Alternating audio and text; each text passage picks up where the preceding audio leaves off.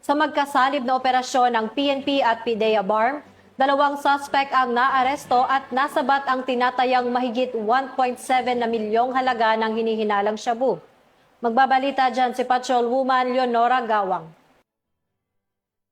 Samang 1.7 milyong halaga ng shabu mula sa 2 naarestong drug suspect sa isinagawang drug bypass operation ng PNP at PDEA sa Sinsuat Avenue, Rosario, Cotabato City nito lamang ikapito ng Nobyembre taong kasalukuyan. Kinilala ni PDEA BARM Hill Cesario Castro ang mga suspect na sina alias Mimi, 43 na taong gulang, isang magsasaka, at si alias Maggie, 39 na taong gulang. Naging matagumpay ang naturang operasyon dahil sa pinagsanib puwersa ng mga operatiba ng PNP at PDEA BARM na nagresulta sa pagkakaaresto ng mga suspek at pagkakasamsam ng mga hinihinalang iligal na droga.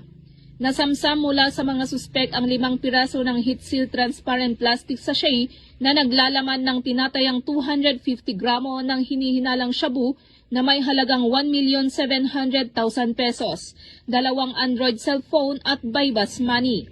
Sa ngayon ay nasa kustodiya na ng PDEA BARM Jail Facility ang 2 drug suspect at mahaharap sa kasong paglabag sa RA 9165 o Comprehensive Dangerous Drugs Act of 2002. Ang tagumpay ng operasyon ay bilang bahagi ng pinaigting na kampanya ng PNP at PDEA laban sa iligal na droga, partikular sa pagtutok sa mga personalidad na sangkot ng mga iligal na aktibidad upang mapanatili ang isang ligtas at mapayapang Bangsamoro.